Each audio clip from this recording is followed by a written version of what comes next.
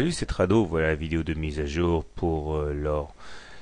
L'or continue de bénéficier des incertitudes qui planent sur la zone euro et nous avons rebondi de manière assez évidente sur la moyenne mobile à cette séance ici, qui avait à peine été attaquée séance du 10 novembre pour mieux rebondir finalement le 11 novembre et nous nous rapprochons à grands pas du précédent plus haut, à savoir les 1800 dollars l'once. On remarquera également que nous terminons sur les plus hauts du jour, puisque comme vous pouvez le voir, il n'y a pas de mèche haute, ça veut dire que voilà, c'est les plus hauts du jour tout simplement.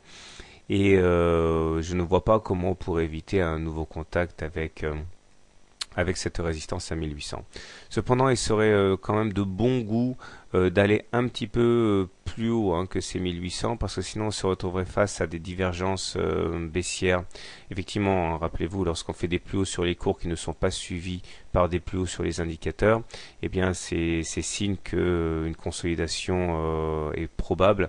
Or là, vous voyez, nous sommes bien en dessous des précédents plus hauts, notamment sur le momentum, sur le stochastique, donc il faudrait vraiment aller chercher un plus haut assez significatif pour qu'on ait le temps de marquer un plus haut sur les indicateurs également.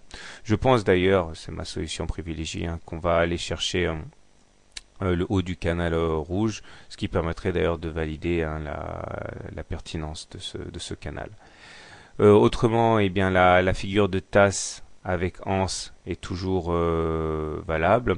Je vous rappelle que si on joue cette figure à fond, eh bien, dans un premier temps, on peut espérer avoir la hauteur de l'anse reportée au-dessus de la ligne de coup, et dans un deuxième temps, c'est la hauteur de la tasse qui devrait être reportée.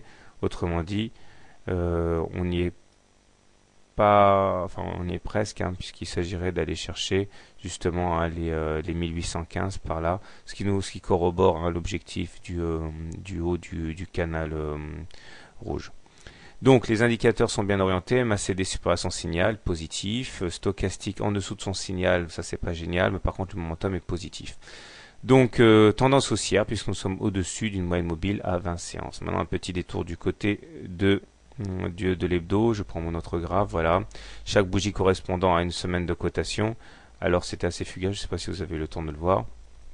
Donc nous avons ici une situation où nous sommes au-dessus de la M7, au-dessus de la M20, donc on est clairement en tendance haussière sur cette unité de temps.